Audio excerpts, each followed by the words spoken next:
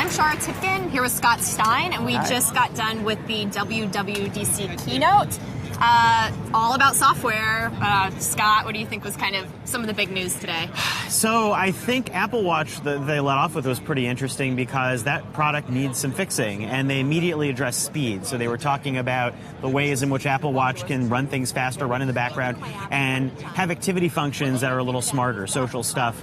And they also change where all the buttons are assigned on it. So if they all do different things, they bring up different types of apps.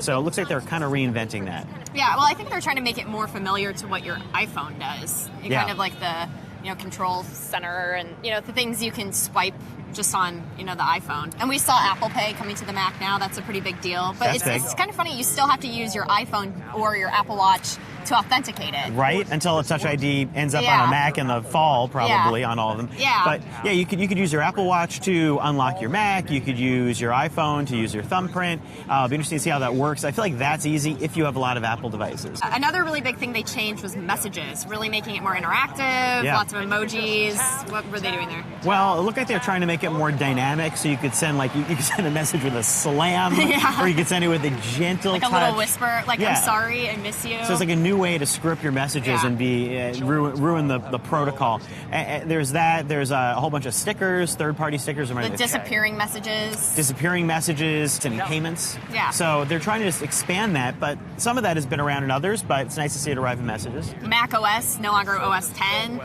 This is the 10th year of iOS, so they talked about 10 big changes that they were making with it. And a lot of notification changes. They have it now an intelligently waking up screen, so it's kind of like, Android's had this for a little while where you pick it up and it ambiently shows what messages are, and then 3D touch, so you could click and do more, like widgets. And it seems like a lot of what they were doing catches up to kind of like Google and Facebook in some ways. There wasn't anything necessarily that I thought that was really earth-shattering. Was there anything that really stood out to you? No.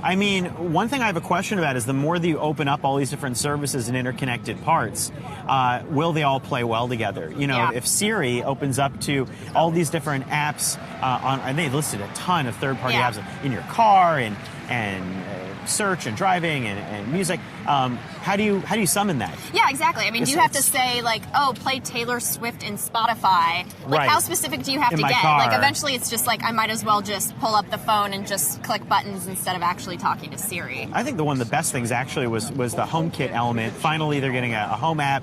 The way to connect your smart home in an intelligent way that's easier, I feel like it's still pretty needed for a lot of people who are looking into this stuff. Yeah. This is the first time they've had those 4 different operating systems. They have the Watch, TV, iOS for iPhone and iPad, and then they have for the Mac. And this is the first time they've really had all of those, and they're trying to get all these developers to make apps for everything, which is a lot to ask. The magic term of the show was differentiated privacy, which is like the one you want to go home and read about. They made a big deal out of the importance of that.